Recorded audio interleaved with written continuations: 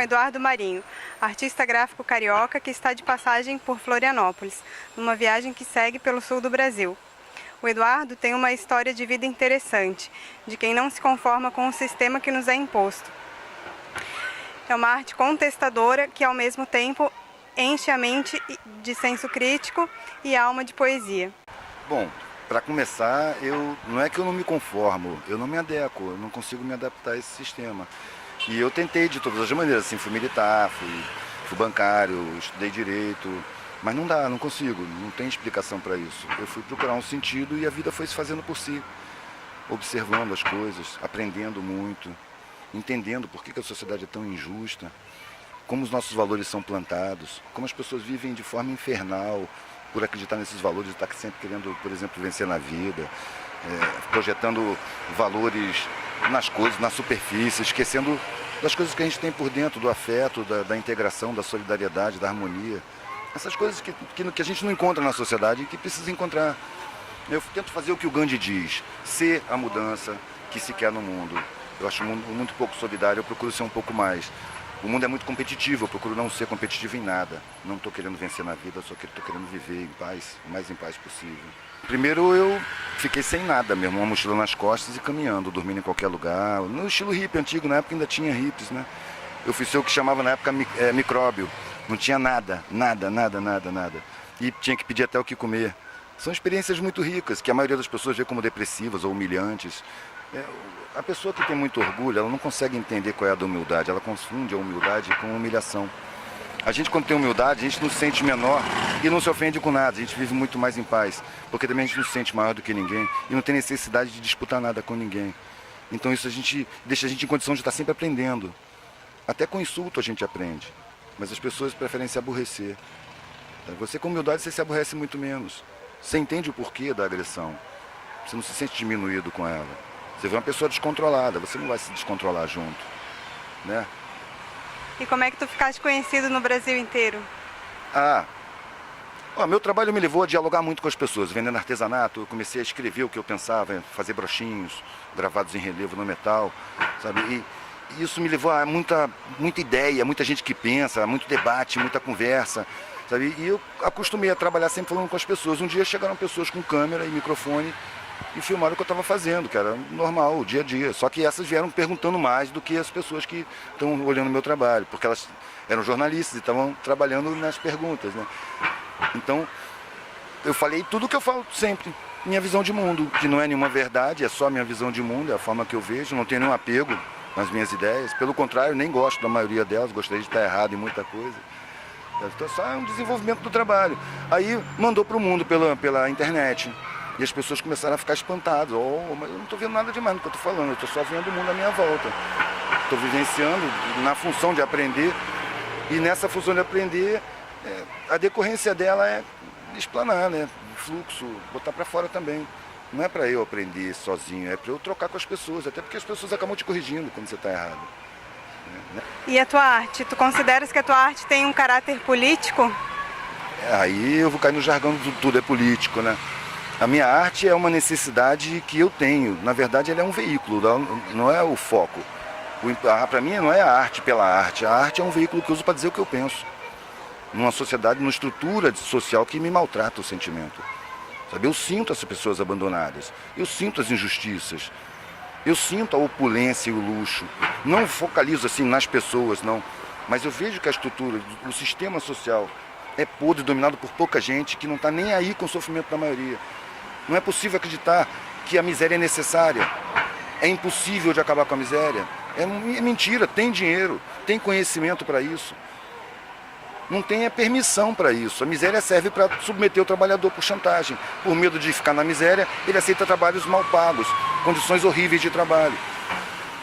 A formação de privilégios necessita da destruição de direitos. Os direitos da maioria são simplesmente roubados. O Estado não cumpre sua Constituição. Porque esse punhado precisa ter privilégio demais. É preciso roubar os direitos. Por que a educação é uma porcaria? É inegável que a educação é uma porcaria. A pessoa termina o ensino médio e não consegue ler um texto.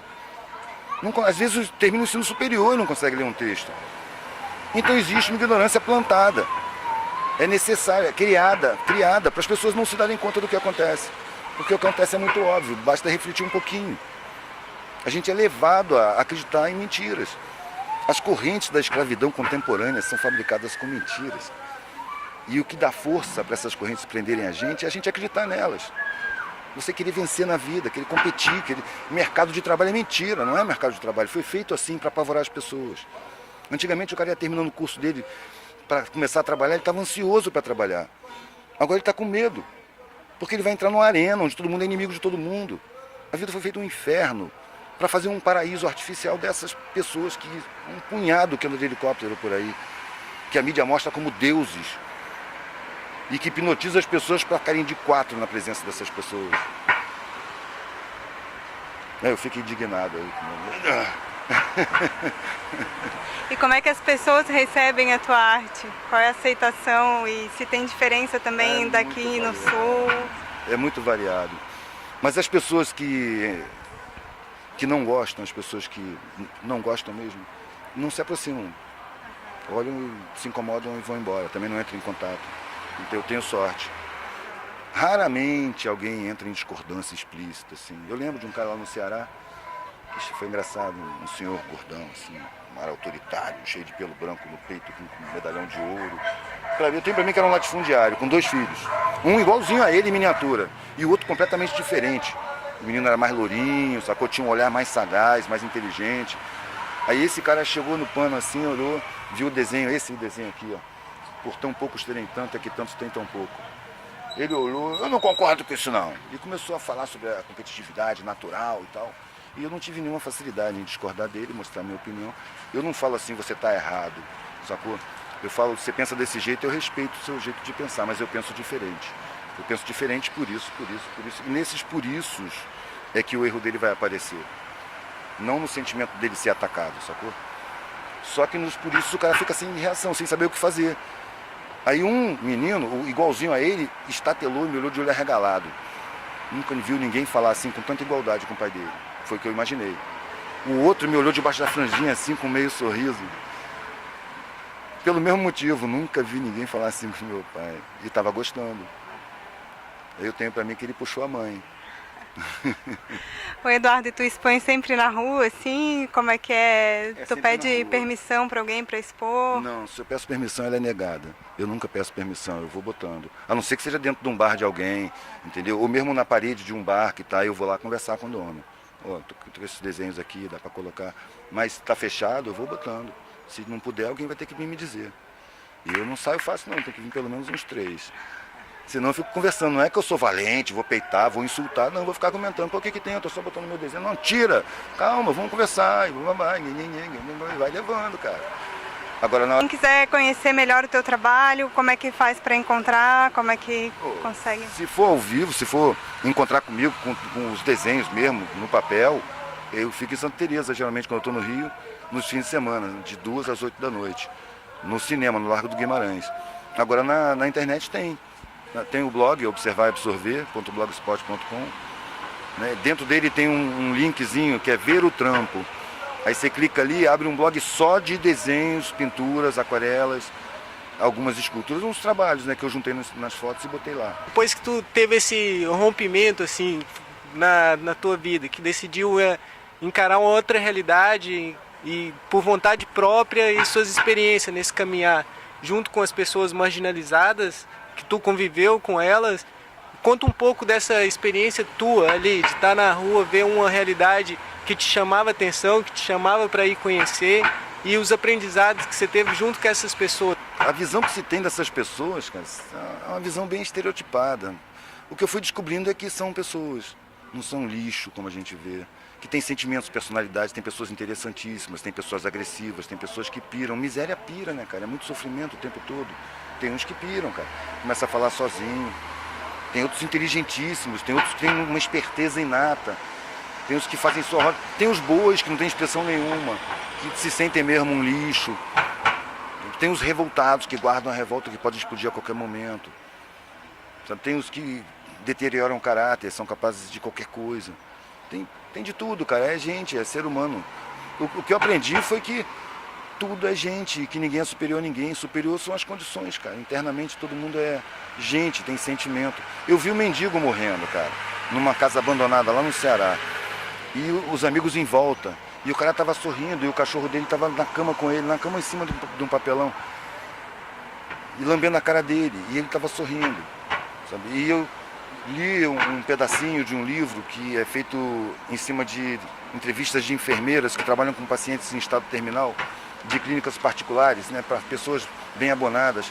E viram morrer pessoas dizendo que o desejo mais forte dessas pessoas seria ter o afeto da família, ter vivido mais afetivamente, de ser mais carinhoso, de dizer que ama, de se sentir amado.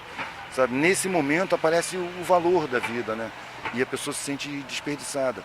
Ou seja, nas condições de miséria eu encontrei uma humanidade muito mais bonita do que nas condições de opulência. Na opulência você necessariamente precisa esquecer que existe gente sofrendo. Sabe? E esse esquecimento a mim não interessa, eu não quero condenar essas pessoas, mas eu acho que ele dá resultado, ele tem consequências na vida dessas pessoas, na sensibilidade dessas pessoas, no ser dessas pessoas. Interfere na qualidade de vida, na qualidade de pessoa, sabe? Por isso eu vi qualidade muito maior lá embaixo. O que é solidariedade? Solidariedade, acho que é sentir o sentimento do outro. É claro que é muito mais fácil você sentir o sentimento do outro quando você passou pela mesma situação. Mas é lindo quando você consegue sentir o sentimento do outro sem ter passado pela situação. Só porque você está vendo nele o sofrimento. As pessoas que mais facilmente, que não me negavam comida, eram quem tinha passado fome. Era difícil negar. Para uma pessoa dessa, negar, ela tem que ser muito agressiva. Ela vai negar aos gritos. Porque ela vai estar brigando com ela mesma.